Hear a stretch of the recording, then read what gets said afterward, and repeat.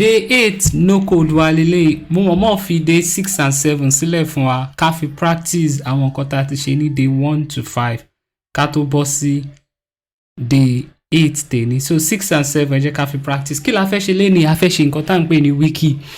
Kí ni wiki? Wiki jẹ́ bí collaborative website tó jẹ́ kí bóyá àwa púpọ̀ a fẹ́ máa kọ nǹkan síbẹ̀. Èmi lè mú page kan kí n kọ nǹkan, kẹ́lòmíràn mú page kan kó kọ nǹkan tó fi lè jẹ́ pé àwọn èèyàn lè lọ bẹ̀ kó máa ka oríṣiríṣi nǹkan pa nǹkan tá a kọ síbẹ̀. Ìyẹn ni pé ó wà fún team, ó tún wà fún personal use. Èmi lè wò pé mo fẹ́ máa create ideas, mo fẹ́ wá bí kan tí mo fẹ́ máa organize thoughts mi àbí nǹkan kan sí, mo lè máa lò. Bóyá ilé iṣẹ́ wa náà àbí school for example sí, bóyá gbogbo wa ń bẹ̀ a fẹ́ máa kó àwọn notes wa, àwọn research wa jọ, a lè lò náà. So nǹkan tá a fẹ́ fi ṣe wiki wa lénìí là ń pè ní Notion. So tá bá lọ sí notion.so notion.so la máa lọ síbẹ̀, la máa sign up. Ẹ wo orí ẹ̀ tí ó gbé wá fún mi pé kí ni mo fẹ́ lò fún personal. Gbogbo eléyìí ò tiẹ̀ ní wàhálà púpọ̀, a lè kàn run through this one ká mú nǹkan tó bá ń wà bẹ́ẹ̀ ká lè tètè bọ́ síbi tá a ti lè lò. So mo dẹ̀ lè skip ẹ̀ pé kò tí ì yá mi, ẹ jẹ́ kí n skip ẹ̀. A kàn fẹ́ wò bá ṣe lè lò kíákíá fi sáré ṣe nǹkan tá à ń pè ní wiki. Mo ti débẹ̀ sí iye ẹ wo, ó ń sọ fún mi wípé getting started, ó ń sọ fún mi àwọn nǹkan tí bí mo ṣe lè lò, àwọn nǹkan tí mo lè ṣe síbẹ̀. Ẹ jẹ́ kí n bọ́ sókè bí báyìí, ó ń béèrè pé kí n add cover.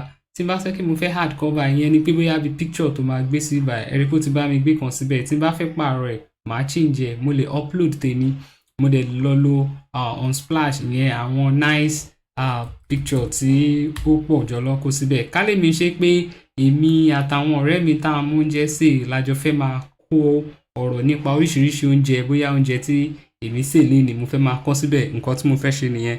So tẹ bá mú image nsìn, image tẹ fẹ́ ń bẹ̀, ẹ lè mú any image nínú Unsplash image, tẹ bá mú á bá yín gbé síbẹ̀. Lẹ́yìn cover yìí tó jẹ́ pé mo lè pààrọ̀ tí n bá fẹ́, ó tún sọ fún mi pé getting started. Ẹ jẹ́ kí mi wá sí báyìí kí n pààrọ̀ gbogbo nǹkan tó wà níbí báyìí, kí n sọ pé food recipe collection ní nǹkan tá a fẹ́ jọ máa kọ síbẹ̀. Mo ti kọ pé food recipe collection sí la fẹ́ máa ṣe ní wiki wa. Gbogbo nǹkan tó ń kọ sí báyìí èmi lè yọ kúrò ń bẹ̀.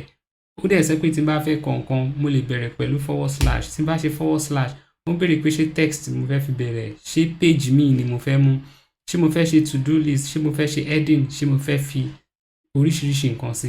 Ká sẹ́ pé nǹkan tèmi fẹ́ ṣe ń sí ni pé text ni mo fẹ́ kọ sí. Màá kàn mú gbogbo text yẹn, màá type ẹ̀ síbẹ̀, ẹ rí pé mo ti kọ text tèmi sí. Mo tún lè wá sálẹ̀ pé kí ni mo tún fẹ́ ṣe. Tí n bá tún ṣe /, màá tún wo nǹkan míì tí mo fẹ́ ṣe ń bẹ̀. Bó jẹ́ table ni tí mo fẹ́ list àwọn oúnjẹ, bó jẹ́ quote ni, bó jẹ́ divider ni, bóyá mo fẹ́ mention orúkọ ẹlòmíì ni. Bá ṣe máa ṣe lọ nìyẹn tá a fi máa kọ àwọn nǹkan tá a fẹ́ kọ jọ síbẹ̀. Tó fi jẹ́ pé tí n bá ṣe tán, tí n bá ṣe àìpé láwọn ẹlòmíì, gbogbo wọn lè bọ́ síbẹ̀ kó máa ka nǹkan tá a kọ síbẹ̀. Èmi lè mú page kan bí mo ṣe ti ṣe kí n máa kọ lọ, kẹ́lòmíràn mú page mi kó máa kọ lọ. A lè lo Notion láti fi ṣe wiki. Ẹ rí pé ó easy bẹ́ẹ̀ yẹn.